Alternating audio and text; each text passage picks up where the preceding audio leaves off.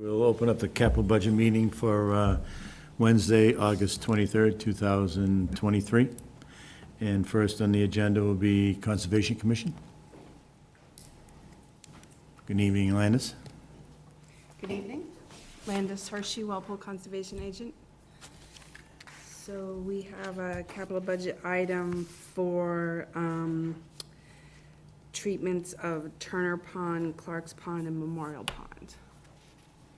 And this is something that we've been doing regularly since I've been here for the past 20-odd years.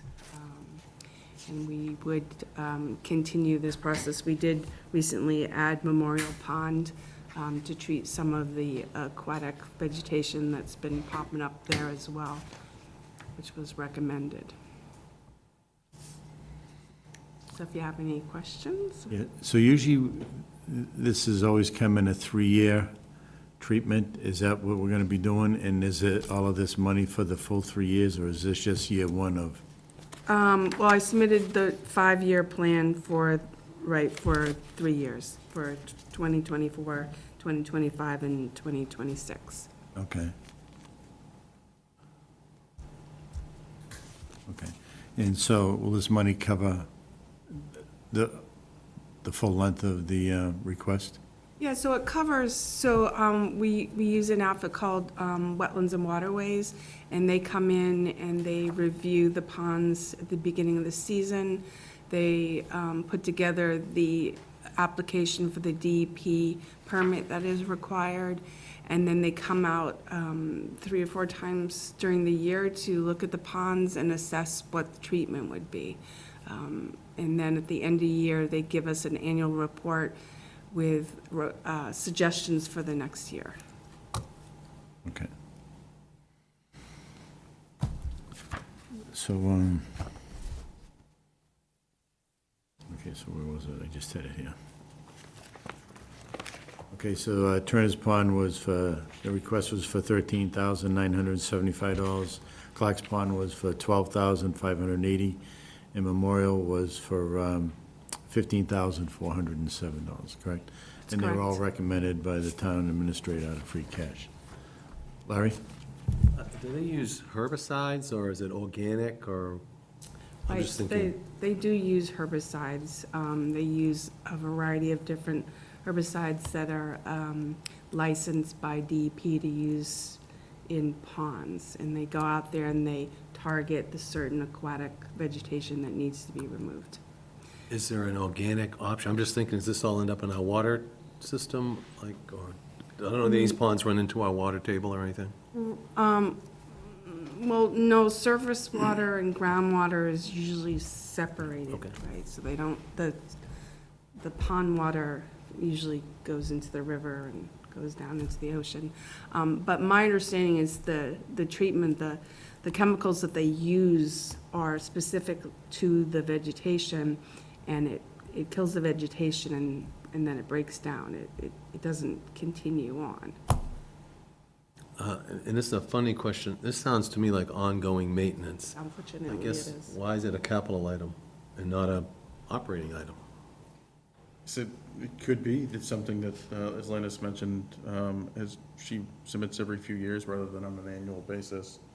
So it's, You've been doing this 10, 20 years? Yeah, more or less. Sometimes, yeah. So the amounts can vary to some extent, and I sort of took it up within the past 5 years or so, and so. That's all. I've just, okay. Thank you. David, Mike, you all set? No. Leah, Justin, you all set? Any questions?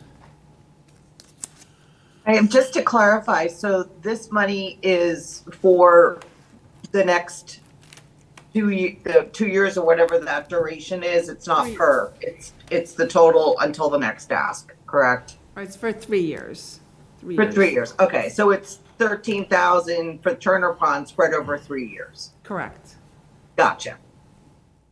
Thank you. 3 years for Turner, 3 years for Clark's, and 3 years for Memorial. For Memorial. Okay. Yes. And those are quotes that we got from the outfit that we use.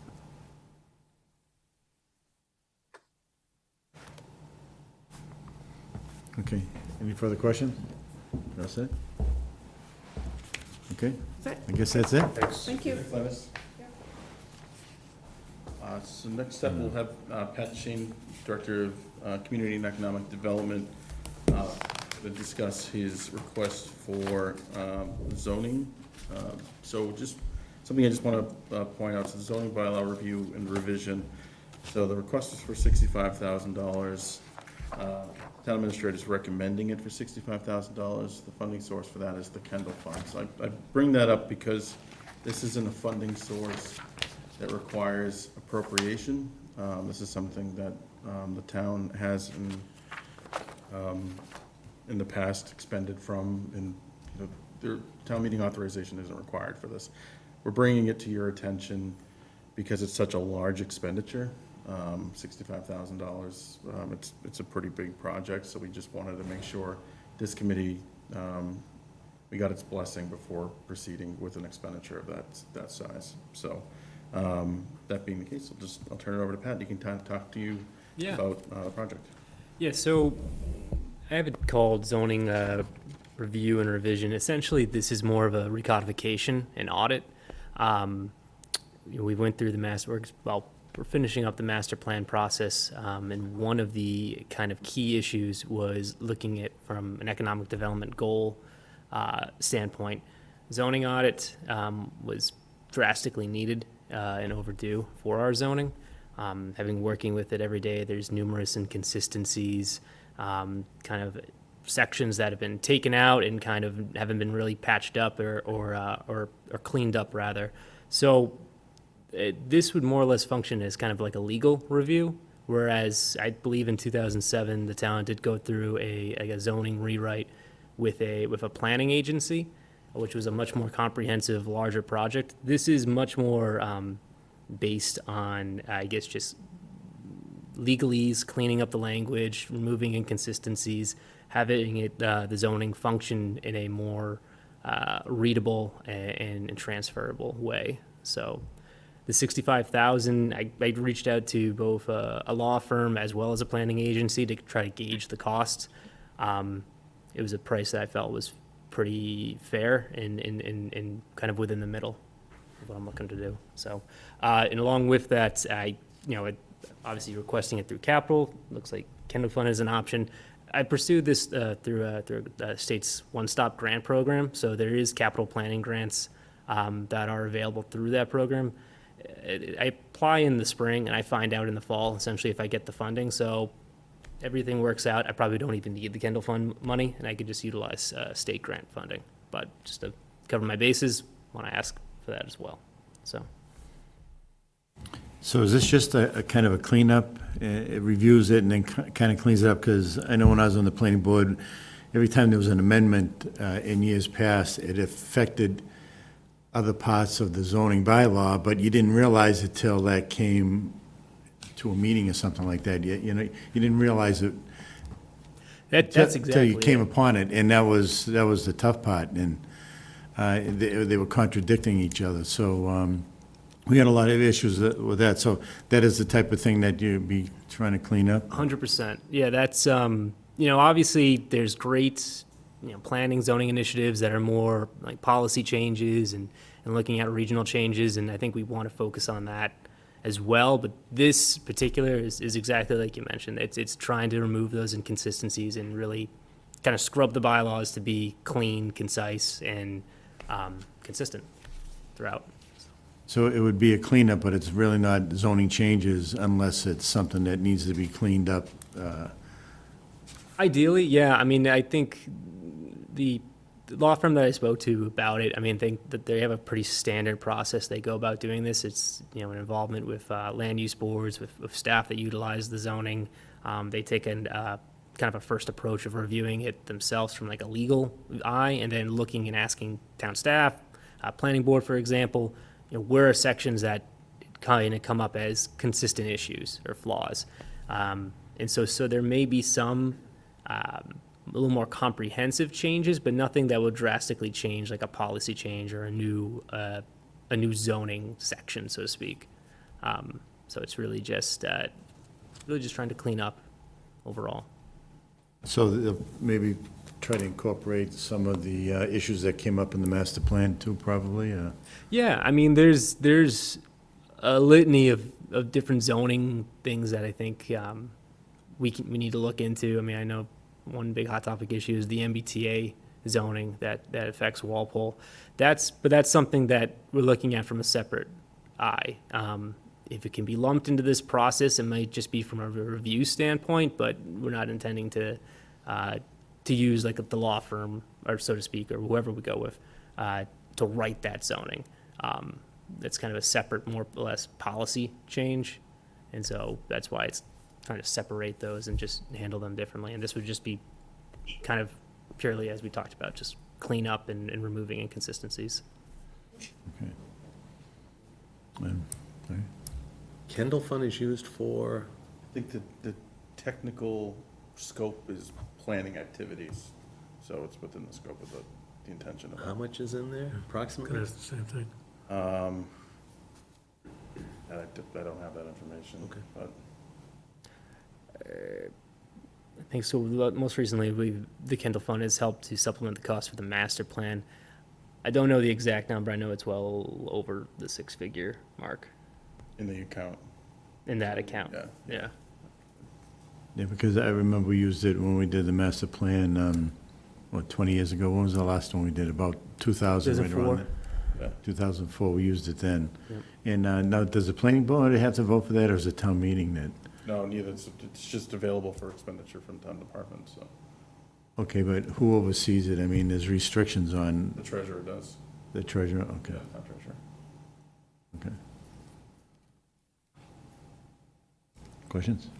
No. Leah, Justin, any questions? Justin's all set?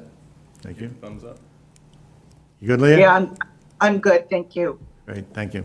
One thing I would say about Pat is he's very hungry about going after state grants, and he knows where to look, and has done an awesome job chasing them down and trying to bring them in here in Walpole. So I just want to kind of put that up for Pat, that, you know, Ideally, I do not want to touch this money. I hope I get that grant funding. Well, Yeah.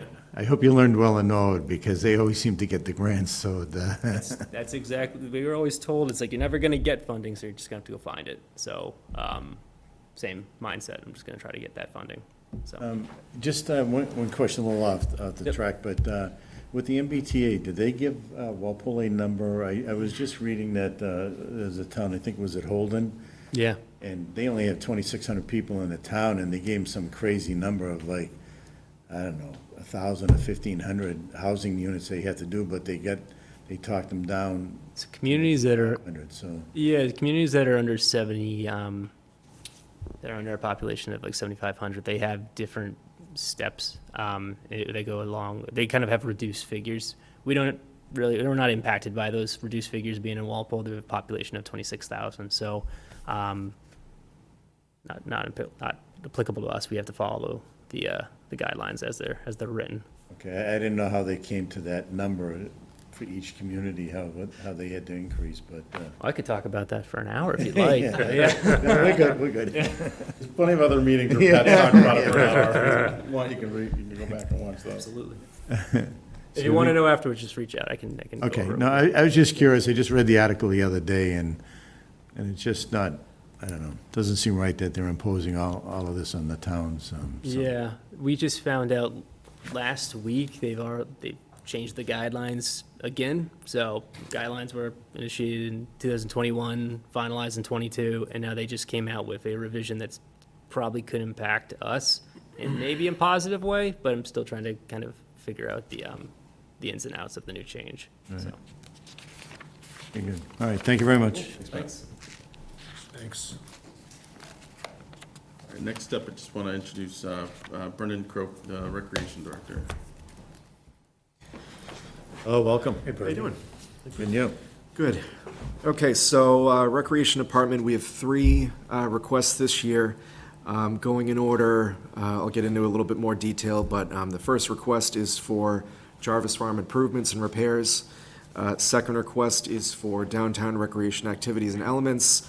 And then the third request is for design and construction services for the recreation pools. So I'll get into the Jarvis Farm improvements first.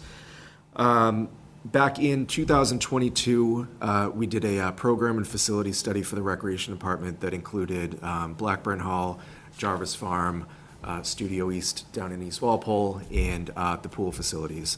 So Weston and Sampson had identified a number of repairs and improvements for all of these locations, Jarvis Farm being one of them. And in that study, there was a number of improvements and repairs that they identified, totaling roughly around $3 million collectively. So there's a lot of work that needs to be done down there. We're actually in the process of working with Weston and Sampson now to do a master plan specifically for Jarvis Farm. So we're hoping to get a little bit more down into the guts of what's needed there before we start to act on some of those other items that they've identified back in 2022. This request for $25,000 was to take care of some of the things that are either low-hanging fruit or items that need to be addressed prior to the summer season next year. Things just come up at that property that need to be brought up to, not so much brought up to code, but to make it ready for the summer program to kind of move in for the 2 months during the summer. So this would include any building repairs to the cabins, any improvements that might be needed just over the year for, we have various rentals that take place, in the fall and the spring season. So just minor things here and there. If the intention is if that things do not need repair, this money could go towards some of those items that were identified in that 2022 study. So we hope to have more specific details with that master plan. We're in talks with Weston and Sampson now, so we'll have a better idea and a more comprehensive plan for that property. So that's that specific request. If anyone has any. $3 million, I'm trying to, I was on the Jarvis Farm Committee when it existed. I'm baffled at $3 million up there. It's a pond and some outbuildings, and what would they suggest for $3 million? I think if I recall, a large piece of that was redeveloping the property itself, reconfiguring the field space, adding parking, making improvements to the main cabin. So it was more kind of a bigger picture plan for that property. That was a big chunk of that $3 million. And the reason we bought it wasn't necessarily for that, was to protect the aquifer. And does Water and Sewer still oversee it? I know it's kind of a partnership of sorts, is They that do. how it's Yeah. worked? They do. Yeah. Correct, yep. Right. So it was bought for the purpose of aquifer protection with passive recreation was authorized. So that was in the town meeting language. Okay, thank you. Yeah, my first question when I saw the request was it just said for repairs, and I'd just like to be a little more specific. So you said the cabin, the building repairs, and then just general maintenance, would that be? Yeah, Or, anything else? Need a little more to go on. Yeah, I think it varies year to year. We don't really know what we're going to be walking into until we walk into it. 1 year the air conditioning didn't work, so I imagine things like that could pop up. Anything major, the idea would not be to use this funding for that. But smaller things, we had to replace a screen door last summer. So things like that just get damaged over the season. So I would say, sorry to interrupt, Brendan. So the Recreation Department, I think, last year you had another sports program. This was the real first year that the Recreation Department came back with what you would call a summer camp program. So, all around the property, you've got these cabins that were built in the 70s that are in some pretty considerable disrepair, that are frankly just in need of replacement. So the idea with this was, while the rec department pursued its master plan with Weston Sampson, who did the original report, at least start to get some money programmed in for continuous improvement. So when that summer camp takes place, they can replace, maybe it's one cabin a year, or if you've been down there recently, you've got the basketball court that are all crumbled, that, and the basketball nets that are all kind of in disrepair. So the idea is start to program money in that the rec department could use to reinvest back in the program and hopefully build up a good summer program for the kids and families of Walpole, so. How'd it do this year, the program? Good. It was good for How many for the- people did you get, or kids, I should say? I would say we averaged around 50 or so. You know, I guess, again, for being off for a couple of years, that was pretty good. I think we were anticipating 25 to 30 per week, and, you know, after week one, we had kids sign up again and again and again. So that number grew as the summer went on. So I imagine that number will be even bigger next summer, too. So to Patrick's point, you know, I think it's important to reinvest into that property because we're, you know, only going to get bigger. Yeah, in the height of, Sharon Country Day Camp, you'd have, you remember, because you were on the committee, 200 kids. At least, yeah. So the idea is that, the families of Walpole have expressed kind of an interest in this type of programming from the rec department. Let's, at least bring them to a property that can inspire a little confidence, when you're dropping the kids off for the day. So it's gonna take some time, but at least this was the beginning of, let's start to replace some of those cabins that are down there that are, 50 years old and, they're all, let's face it, most of them are sheds, right? So it's, Sure. let's replace them, so, especially when you've got summers like this one with the weather kind of unpredictable, you've got places you can bring the kids inside and, things like that, so. So, Patrick, with this fund, this would be something like that we've set up with building maintenance in the past, that for general repairs or something, and then they would draw from that as they needed. Now, I'd like to see it a little bit more active than that, so like Brenda and I have talked about, let's go out and get some quotes for, shed replacements, maybe we've gotta go out to bid, and maybe it's, one or two cabins every year get replaced, or, if you've got the highway department, they're gonna come in and resurface a basketball court, for instance. Might be things, I'd rather it not be kind of like a building maintenance account where it's, Right. things, maintenance issues that may come up that maybe we can build into O&M budgets, but, something where we can continuously make some investments into the property. so the oversight, I mean, no offense, Brendan, or anything, but, I mean, does he just have the right to spend it how he wants, or does he have to get permission through you or administration, or? I wouldn't say necessarily permission, but I think it would be in collaboration with our office, and, everything that the Recreation Department does relies on the Department of Public Works, right? So whether it's youth programs, youth sports, you're relying on the Parks Department, or like Donnie, you just mentioned a few minutes ago. We're talking about resurfacing the basketball courts, you need the Highway Division for that. So, I think that, if town meeting and this committee recommended the 25,000, I would imagine that, we would all work together to kind of identify, like, okay, of those $3 million in items that were identified in that report, what are the highest priorities, right? Probably start with the safety aspects first. Is this the first year of that program? Of this, This this is okay. the first Because year. then you can hopefully come back, if this is gonna be continued, you can say, okay, we tackled these things Right. in this time, and Exactly right. So the last few years have been kind of getting us to this point. It all started, I think, like 2 summers ago. And I just remember it was a June afternoon, me, Brendan, and Jim Johnson were at the South Pool looking at an empty pool 3rd week in June because they couldn't find where the leak was. And we said, that was the impetus behind the strategic plan that the rec department had done with Weston Sampson to say, okay, where are we going with our pools? Where are we going with our recreation facilities? If we're gonna continue to use these, or, if we're gonna replace them, let's get some professional eyes on this. And that's what ultimately led to that $3 million figure. But, I agree with you, Larry, like $3 million is kind of a lot of money. And I'm just looking at my notes here. So these are all kind of, bundled together. So for Jarvis Farm, site improvements, it was about 2.7 million.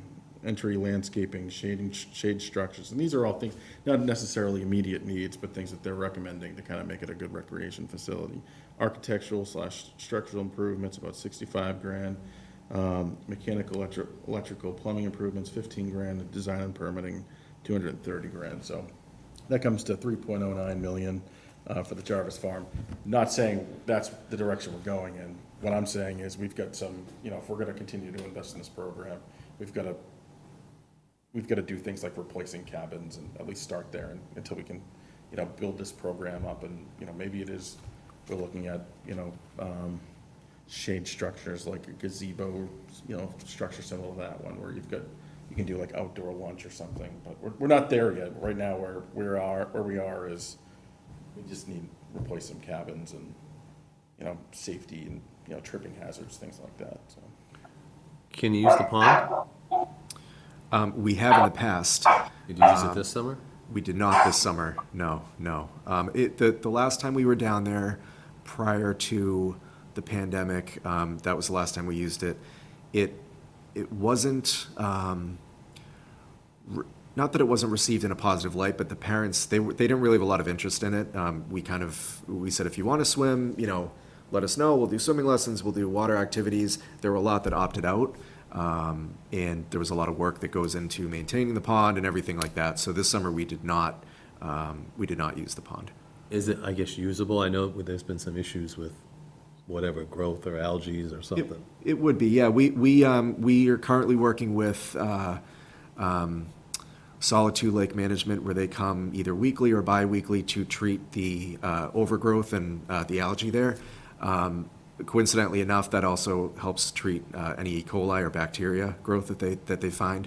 So we're ongoing treatment of that during the active season. It would take a little bit of work to bring it back, so to speak, but it could be usable. Yep. Thank you. Yeah, that's it. Leah, Justin, any questions? Okay, great, thank you. Okay. Request number 2, downtown recreation activities and elements. So for those who were present last year, this is a continuation of the request that we put in last year. Just to give a little bit of context, these were those concrete lawn games. I guess that's the best way to put it. Cornhole boards, ping pong tables, picnic benches with chessboards on top. So this is a continuation of that request. The money that was approved last year is actually, we've purchased 4 cornhole boards. They're actually being installed sometime in the next month. There was some supply chain issues with the company, so they'll actually be installed on Stonefield behind Blackburn Hall, parallel with the parking lot. So there'll be 2 sets there, as well as 2 of the picnic table chessboard seating elements that will be installed up on the town common by the bandstand. So that's kind of going to be the first phase of what this could look like. We're looking to expand on that. We started with the cornhole boards previously because that was the most popular item from the company. I spoke with them and said, what do you suggest? What do you normally sell? They can't keep those in stock quick enough. So he said, start with those. We'll see. We'll try to identify some other areas in this municipal complex. Again, the downtown green spaces as well. But I think the next piece would be those additional picnic tables. I think that those will serve a dual purpose and also help out with Pat DeShane's efforts of getting more traffic and foot traffic downtown. And then potentially the ping pong tables just as something new. So this is a continuation of that request from last year. So where would the ping pong tables go? So I spoke with the Parks Department and tried to get their feedback on what would be a good area for them that wouldn't impede any maintenance. We settled on the cornhole boards being over there, kind of front and center with activity of Blackburn Hall, Walpole Day, things like that. We had also talked about to the right side of the bridge down there, there's a little area that has a picnic table down there.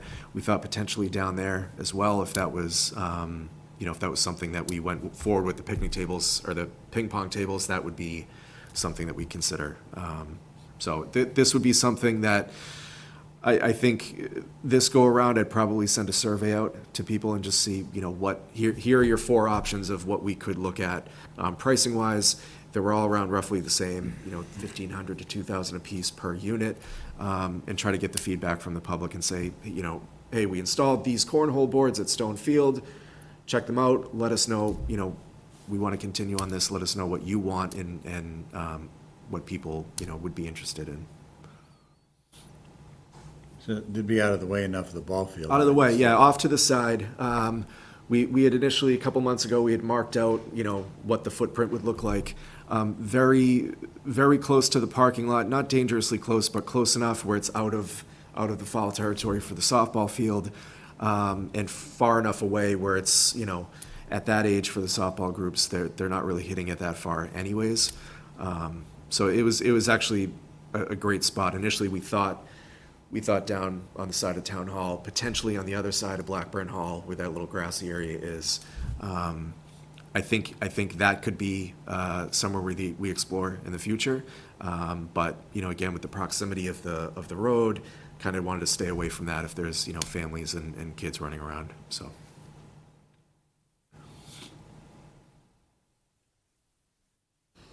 Questions or? I just have a question on back to Jarvis Farm. Funding source is WRE, is that the water or something? Water retained earnings, right. 'Cause it's So the water department. Water department, exactly right, yep. Thanks, sorry.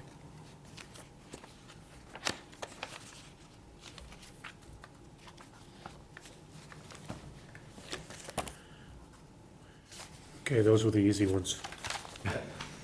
You good? The pool? Okay. Here you Okay, go. so the pool. Design construction services, again, to give a little bit of context here, to Patrick's point earlier in the evening, we're down at South Pool in a day in June, and the pool was empty, and we were wondering where the leak was coming from, and, over the years, there's been issues with the pool facilities, mechanical issues, leaks, things like that. So it's kind of been the elephant in the room of, we know that these pools need to be replaced, but now this is kind of the start of having those action items of, okay, let's explore what that's going to take. So, again, part of the 2022 study, it was identified that numerous improvements, repairs could be made to the south pool, to the center pool. I believe center pool was just over 7 million. South Pool was close to that for a full replacement, full construction. So, obviously that's a large number, but it was good to get those figures down and see really what we're working with. So, we've since received a proposal from Vertex and BH&A for design services. I believe at the time of submission for the capital request back in June, we were going off of the numbers identified in the study, which was, I believe it was 1.2 million for design services. Last year, 250,000 was approved. So the number that was requested this year was the difference. However, we've since received the proposal from Vertex and BH&A at a lower number. I believe, Patrick, and correct me if I'm wrong, I think it was 385,000, Yeah, somewhere around there. from where we are now, post-feasibility through bidding assistance. So, as Bernie mentioned, this is something that the town meeting had voted to appropriate funds for the feasibility and design services last year. Those of you who happened to find your way at the end of the hall last night for the select board meeting, there was a presentation where that Vertex, our consultant, had presented the findings of that report that's now on the town website for pool replacement. So we brought them on, realizing that there was an issue with the pools, and actually even starting with the Weston and Sampson report a couple of years ago. They said anything short of replacement is just putting Band-Aids on these pools. And so we brought Vertex on to study possible pool replacement, right? So we've got the pool across the street, center pool across the street, the splash pad across the street, and South Pool and South Walpole right behind the Boyden School. So those two pools, South Pool and Center Pool, is what they recommended for replacement. And Vertex studied how to go about addressing this. And what we did was this past January, we had a stakeholder session in this room with folks from the Recreation Committee and Town Administration, Department of Public Works, pool families, and figure out, okay, what is the future of public swimming in Walpole going to look like?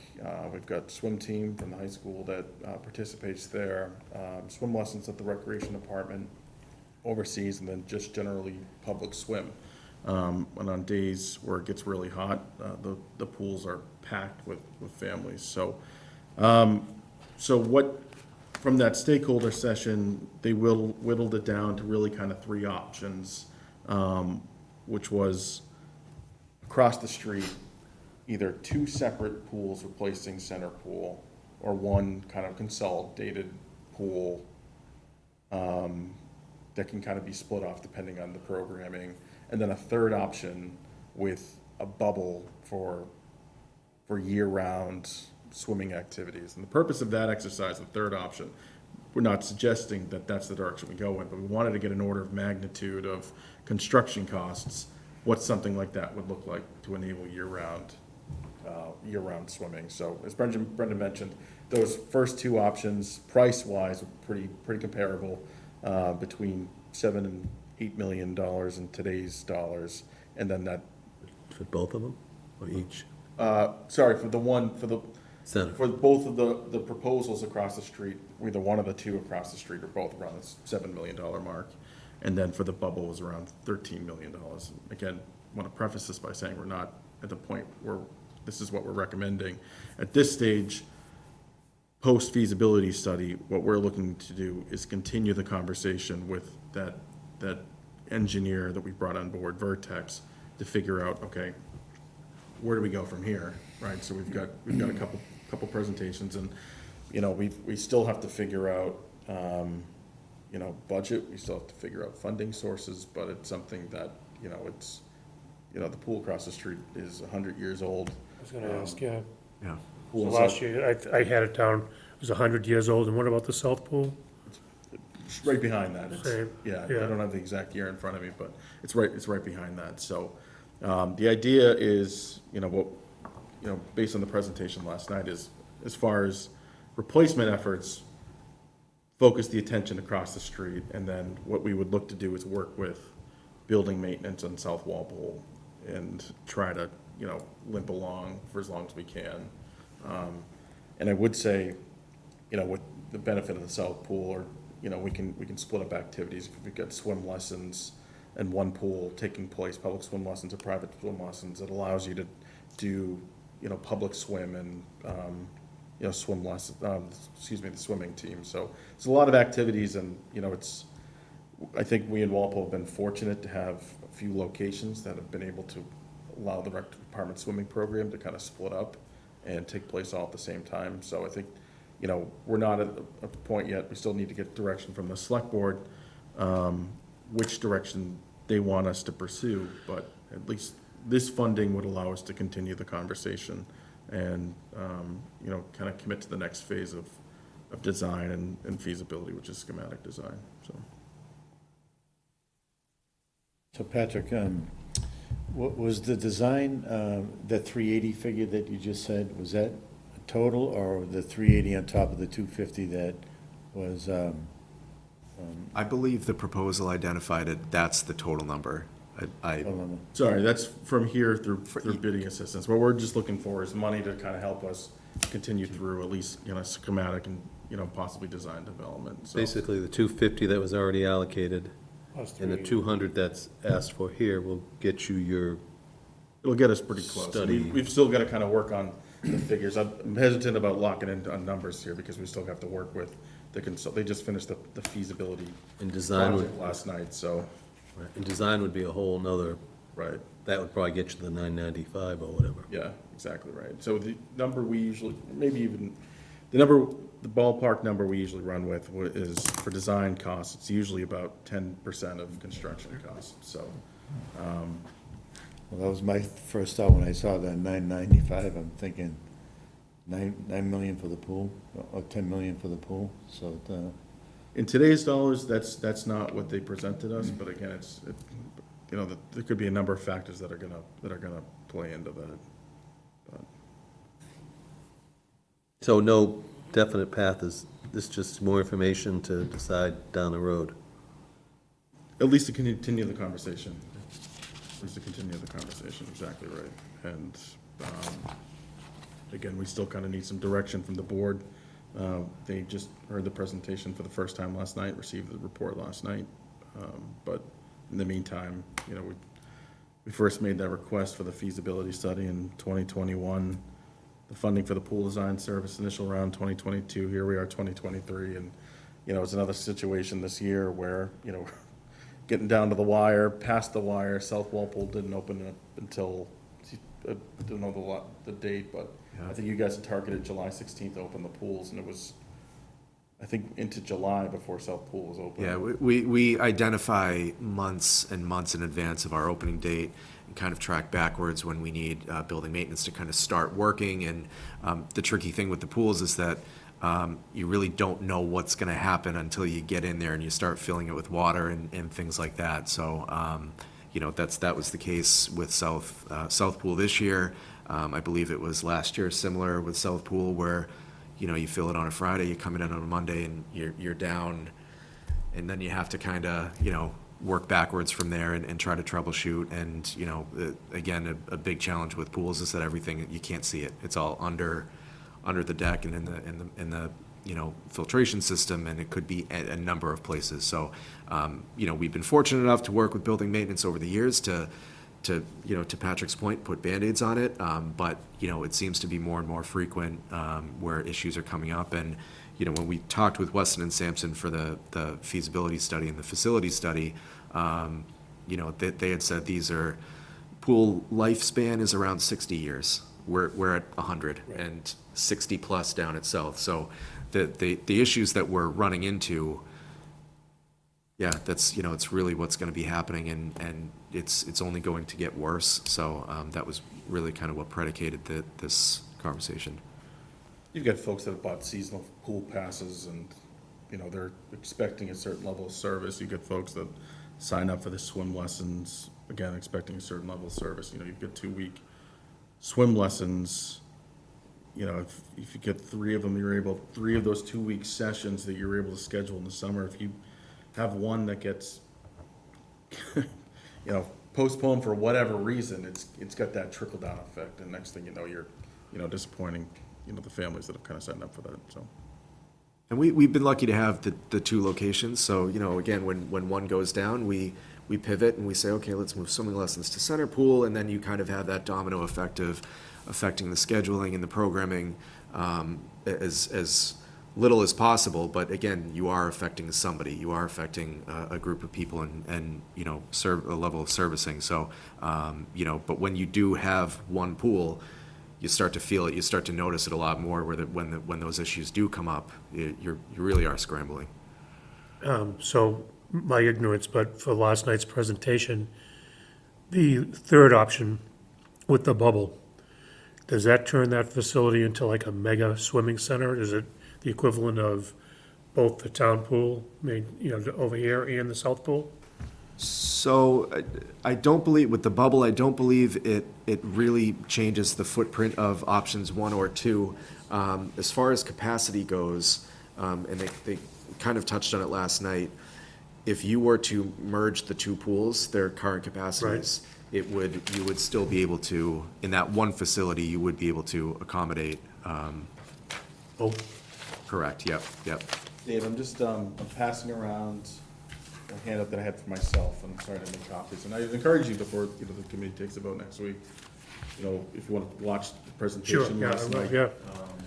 By our consultant, but you'll see some of the conceptual, again, just conceptual Sure. renderings and what, you know, a bubble would look like. But again, it was more just to get a sense of, you know, we've got families coming to us saying like, hey, can you offer year-round swimming activities, or the swim team, for instance, that rents pool space out of town, what would an indoor facility look like? Like, we know from the building projects that we've done that to build a fully indoor pool just, it's gonna breaks Sure. the budget, right?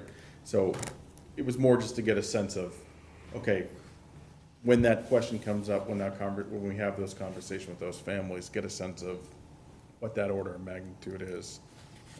So it's just to kind of go through that exercise and know what something like that would cost. Great. There are towns that, I'm trying to think, is it Newton or, For indoor? yeah, that has that bubble? that the I consultant believe worked Canton, on. Canton does, Blue Hills Regional Tech. So our swim team goes to other towns to get Blue their Hill Regional, I spent swim many time nights there. space, so, yeah, and there is. Lovely in the winter, it's a sauna.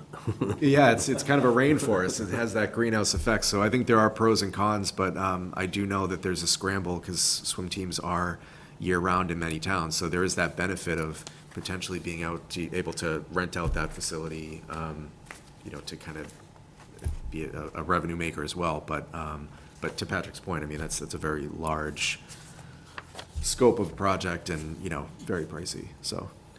Have we spent any of the 250 yet?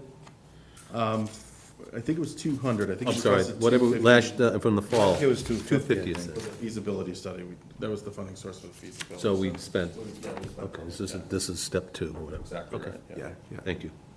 So this 200, will this extend the feasibility, or will it start the So the design? remaining amount that was appropriated last year will be rolled forward to this, the next part of the project, which would be schematic design, and then the funding source from this would continue that also. It would allow us to kind of continue through the design process, pretty So- much as far as we can take it. So I'm still a little confused. The next step is the design then? Is that? Exactly right, yeah. Okay, so we've done the feasibility, now we're gonna pick, we pick which road we're gonna go, travel, right? And then we'll Right. do the design. Start to put together design options, Right. right. It was kind of similar to, like, when we did the Berg Middle School project, we use that as an example.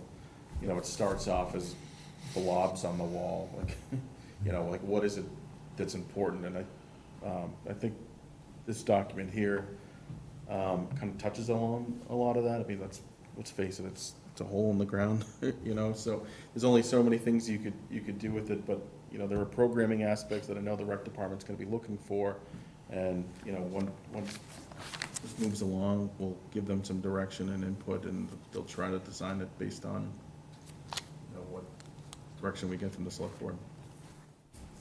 Well, I know the swim meets or whatever, the traffic and the people, you wonder, where are they all? How can they fit near the pool? It's huge, so- You're not gonna lose any other recreation space like the ball field that's out there, right? No, So no, then it and becomes where you're gonna park. in some of those renderings there is an additional parking area that they've, because as it is, to your point, you drive by any time and you have a baseball game going on, the new playground is like the central hub of the town, and then you have a swim meet, you have people parking over here and over in that parking lot and walking over, so the additional parking will help out immensely. So if you wanted to expand, Patrick, I know that land behind the pool was donated to the town, and has deed restrictions on it. I mean, Is would wetlands, something like this be so- allowed to go into that area? Yeah, so everything to date has been involving the building commissioner, Landis, the conservation agent, obviously, that's Memorial Pond that's right next door, so keeping that in mind. So the engineers have been working with conservation to make sure that, there will be some permitting that will be required with the Conservation Commission if the project eventually moves forward. But, so to answer your question, yeah, that, we're keeping all that stuff in mind.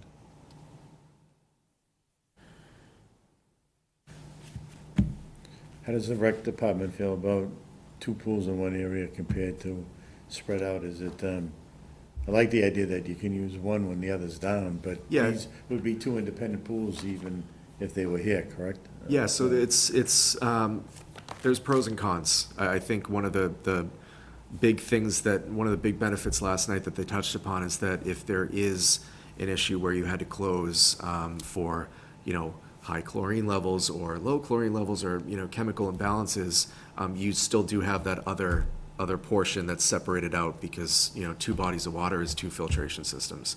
So, that's a benefit. you know, there is a benefit to having one body of water too. You have one filtration system and one set of problems as opposed to two set of problems. So I think there, you could really look at it either way, but ultimately, I think the two bodies of water would benefit from a programming and scheduling standpoint to give you that more flexibility.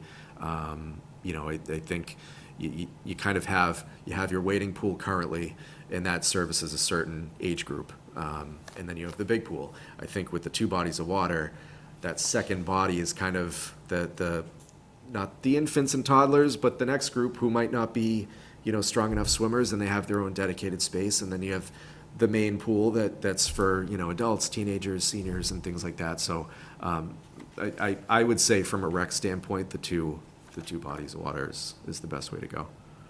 One location or two? One location, you know, again, everything's all in one spot. You have all your lifeguards, all your staff, all your maintenance all in one spot, so that's a benefit as well. But again, we've always had to, so that's what we know. So Yeah. to say that a second location is, you know, we're inundated, I don't think that that's true. I think either way, you know, we can go with it. Okay. Questions? We all set? Okay. Justin, Leah? Okay, thank you. Thanks, Brendan. Okay, thank you. Thank you.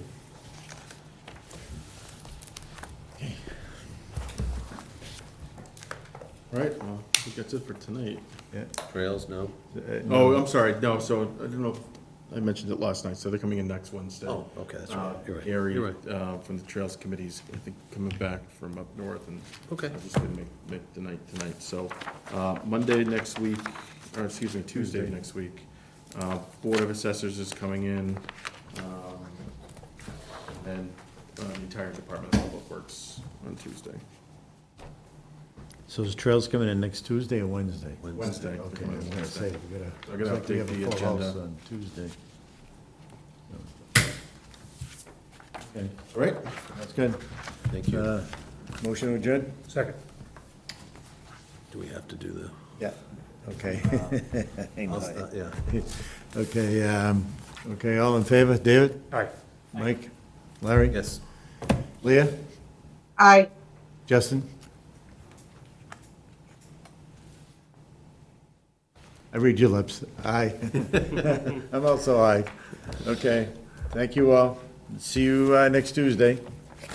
Thank you.